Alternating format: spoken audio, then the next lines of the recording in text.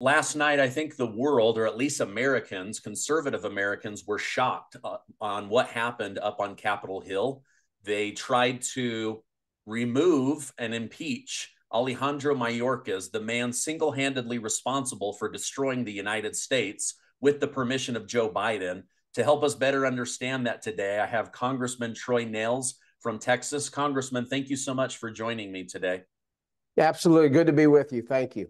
So my audience, last night I covered this in real time. I went live on my channel, and there's a lot of disappointment on our side with these three Republicans deciding to join hands with Democrats and vote to keep Alejandro Mayorkas in his position and to not hold him accountable and impeach him. What are your thoughts on this situation? What is the energy or the feeling on Capitol Hill this morning?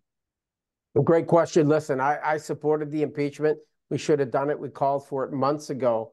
But finally, Homeland Security Chair Mark Green, I thought he laid it out very, very well in his hearing on the justification to impeach Mayorkas. Mayorkas has been on the television looking straight in the camera and lying to the American people, telling them we have operational control. We have a crisis on every corner. We have illegals here committing crimes. We have them bringing in the fentanyl by the tons. I mean, it's a big, big problem, and this administration doesn't want to do anything. And I hold Mayorkas accountable, and so did several hundred Republicans. But when you have a 2-3 seat majority, all you need to do is get a couple of them to say, no, I don't necessarily think so. And that's what you saw yesterday in the vote. And I was in there, and it was 215. And we look up on the screen, and Mike Gallagher voted no. So I knew that I saw Mark Green and others, the Whips team, going over there talking to him, saying, hey, listen, man, we got to get you to change your vote. Man, this is the right thing to do. A strong, solid majority of the Republicans want to see this happening. He just wasn't going to do it. So this is what you can expect from us. Are we the majority? We may have the gavel of the speaker, but that doesn't mean we're the majority. Yeah. Okay. Thank you for the insight on that. I mean, I followed Ken Buck and Tom McClintock and Mike Gallagher, and they seem to be conservative for the most part, but it just seems like I don't want to say that they were like, I hate America or anti-America. That I don't think that's the opinion, but did they just feel that it was unconstitutional or that it lowered the bar too much for impeachment in the future? I'm struggling to understand. Well, I think their concern was, you know what, we start doing this when the Democrats are in charge, they'll start impeaching Republicans. And I'm sure they talked about the high crimes and the misdemeanors, that it didn't meet the threshold of high crimes and misdemeanors. Maybe it was just complete, incompetence and what they've done as Mayorkas is the chair of this Homeland Security and doing all this stuff with the border. So I don't know. Listen, it's a decision they made. Can we change it?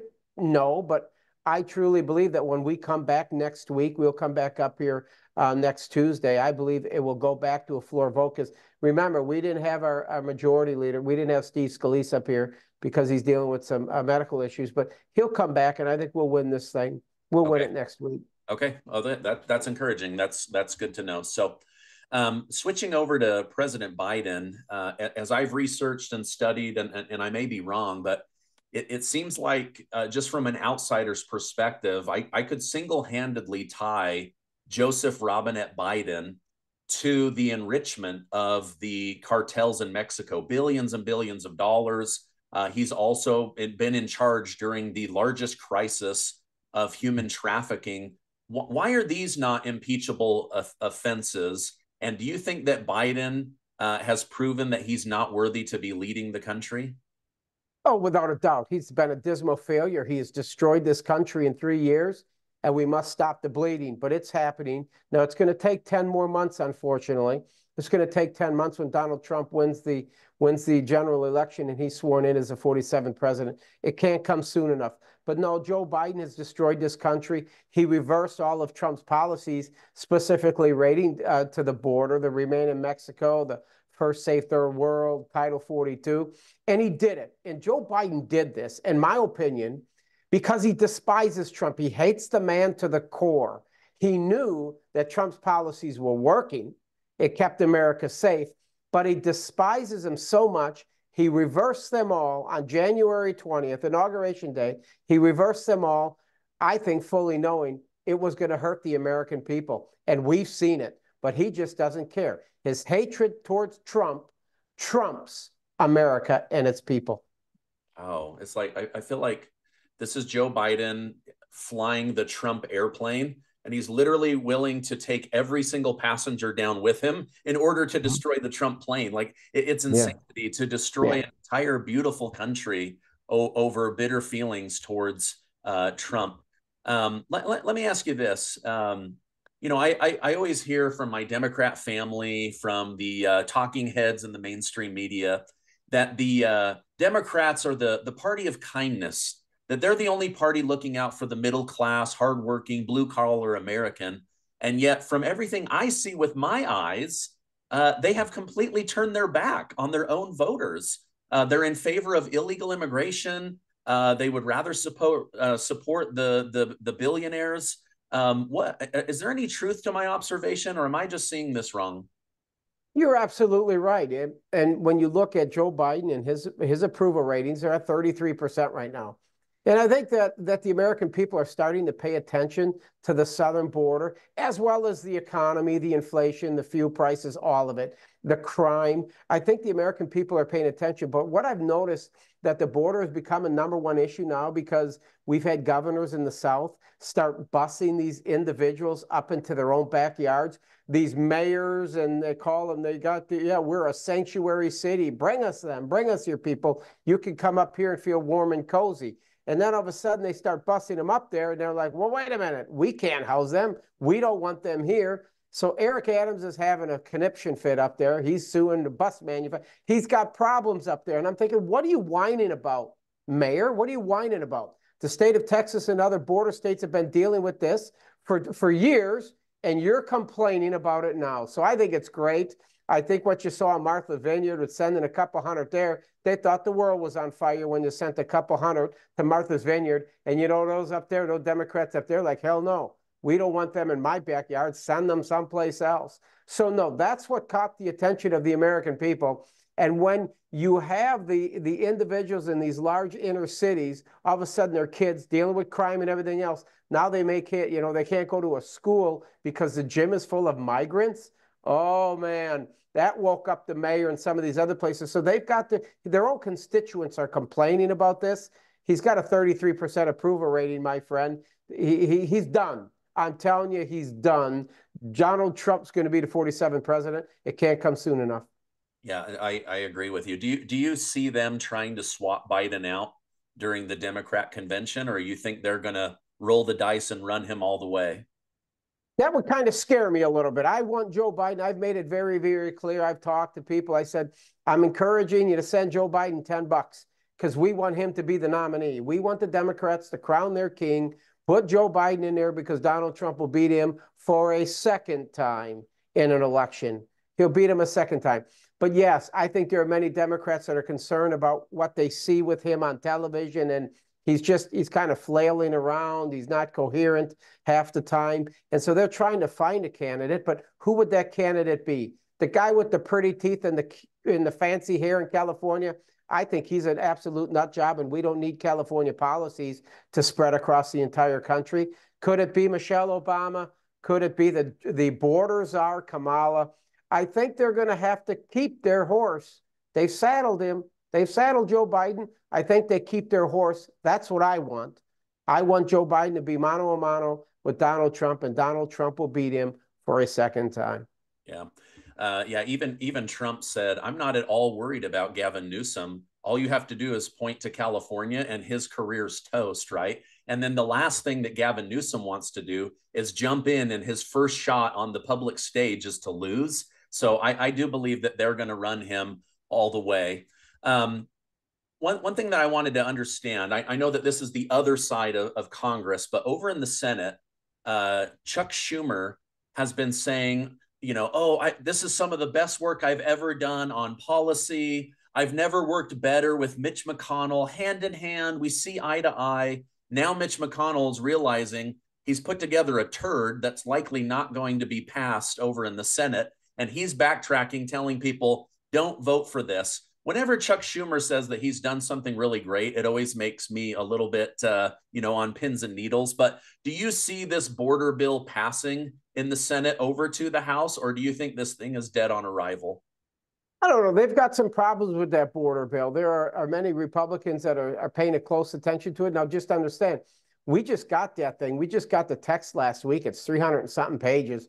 And now I think that some of the members that maybe weren't in the smoking room, drafting this thing with Langford and some of these others are looking at this and saying, man, this is horrible. Hey, Chuck, the House sent you H.R. 2. That's a border security bill. That actually is a bill that focuses on border security, and it will keep the American people safe. Chuck doesn't want anything to do with it because obviously many of the things in that border bill were Donald Trump's policies. Now, why did we want Donald Trump's policies in a border bill? Because it was the most secure border we've had in 40 years. So why wouldn't we want that? Revert back to Trump's policies. Chuck wants nothing to do with it because he despises Trump maybe as much as Joe does.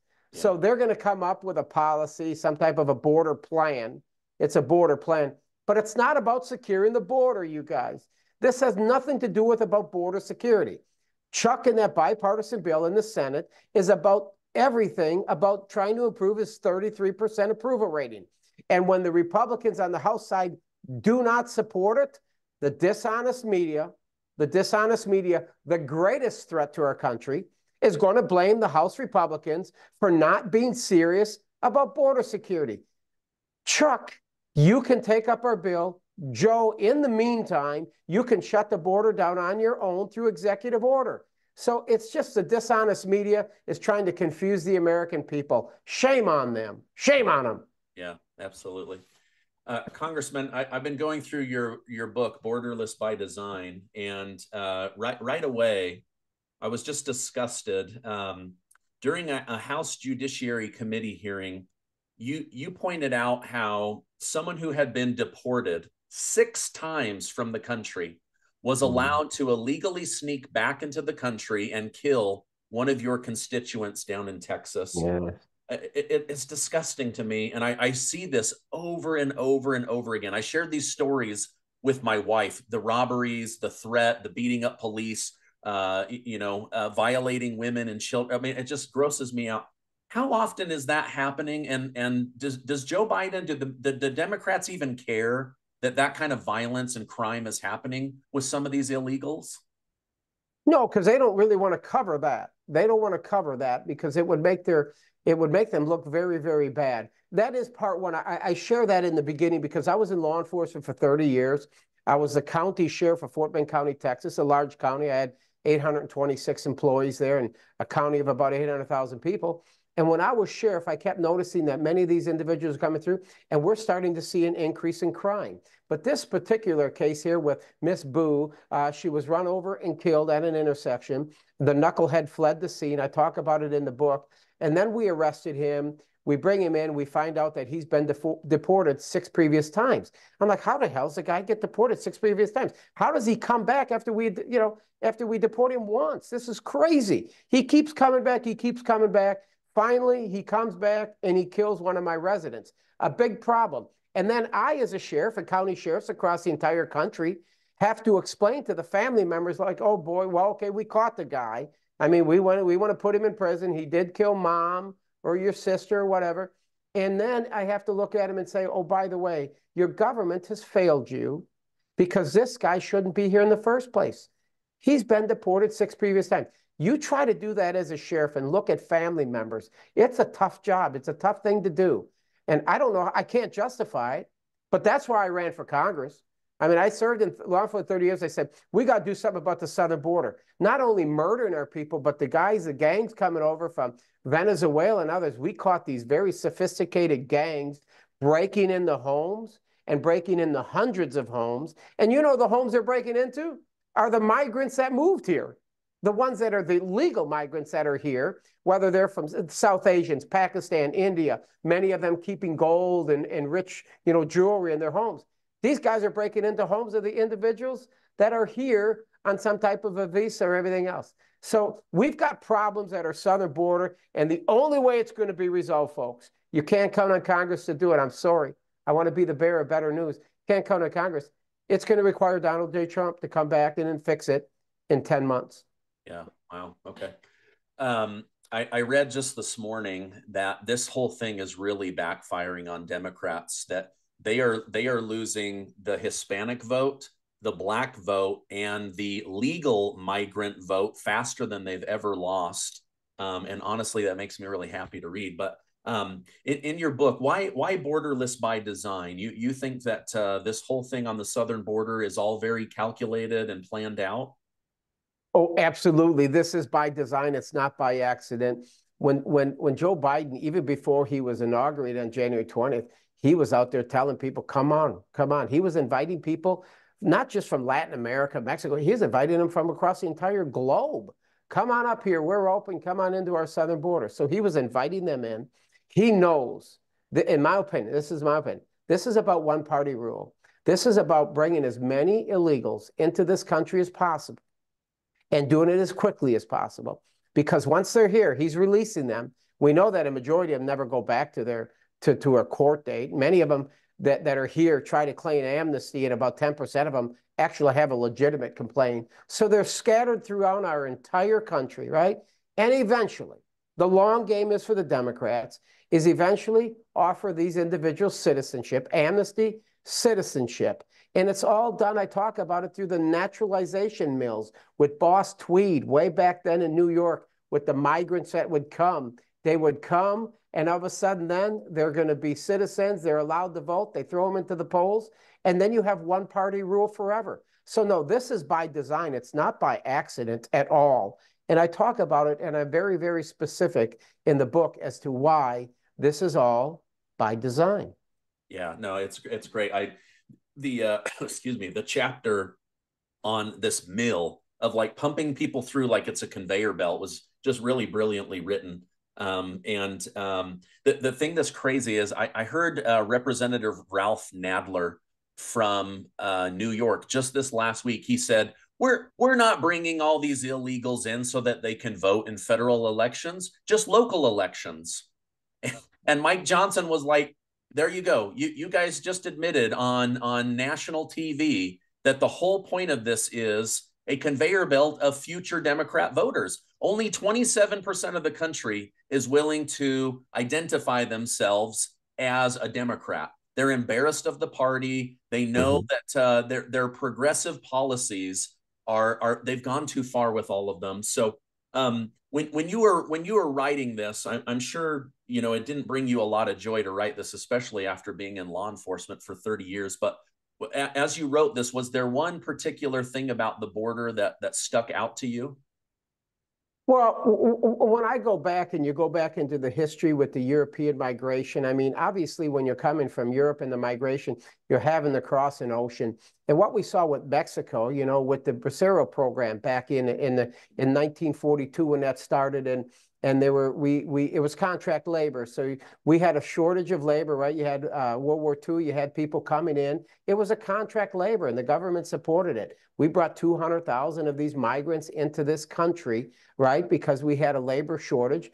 Agribusiness, and I talk about the big agribusiness. They loved it because it's really, when you look at it, it's all about cheap labor. And that's why you couldn't get Republicans to seriously consider real strong immigration border enforcement, because even the Republicans, and I'm going to specifically talk about the Bushes, President Bush, Texas, they didn't really do anything about the southern border because it was all about cheap labor. So the government has been bringing these individuals in for the benefits of the corporations, right, to provide this cheap labor. But what I found really interesting, and I shared in a book about LULAC, because now a guy like me, right, that says we need to secure the southern border, we can't let these people in, I am immediately labeled as a racist. I'm a racist. But remember now, when you had LULAC way back then, and what they sent a letter to Truman and said, hey, listen, we don't support this Bracero program. This is crazy because it's affecting Mexican Americans. It's affecting the economy with the legal migrants that are here, because now we put all these illegal immigrants into this country, right? It's affecting their wages. it just reduces the wages. So the book really talks about that LULAC initially, they only allowed Mexican Americans in their organization. And now they're one of the most left-leaning organizations out there, and they blame guys like me. They call me a racist. I don't think they were racists initially by saying that we got to have a secure southern border. But it's just, we talk a lot about that in the book, and I think you'll find it very, very interesting. But I was very, very, I think the American people really need to know the true history as it relates to migration, when it all started, 19th century, going all the way back, and bringing these individuals here and why they're here and why nobody, until really Donald J. Trump, really ever did anything to secure our southern border. Yeah. I think if you asked most Americans, are you proud of the fact that we are a nation of immigrants? I think they would say yes. If you said to them, do you want to be a nation of illegal immigrants? I think the majority would say, no, I don't want to be a nation of illegal immigrants. Well, Congressman, I want to thank you for writing the book, for coming on, for fighting for conservative values, faith, family, freedom, a secure border. You know, you are just one of those people that I watch on Forbes when they're covering the hearings and different things. And you're a patriot and a hero. I want to thank you for that. I want to thank you for coming on. I'm going to put a link to Borderless by Design down below. If people want to follow you, is the best way to do that on Twitter? Yeah, you could reach out to me at Rep Troy Nehls, Rep Troy Nehls. You know what's real quick before I leave? I went up to interview Donald Trump on this. Okay. And I talked a little bit about it. In the end, I have some pictures with President Trump and talking to him about the crisis on every corner and why he's going to be elected as the 47th president. But I also include at the last his results, his policies, his border policies that he had in his first 4 years. It's a hell of a read. I mean, that man loves this country. He loves the flag. He puts the American people first. God bless him for what he is. He's an America First patriot, as well as I am, and he's coming back. We need him more than ever. But thank you for having me. Go to Amazon. Go to Amazon and pick it. Yep, I'll put that link down below. Hey, thank you, Congressman. Have a great rest of your day. Thank you. God bless.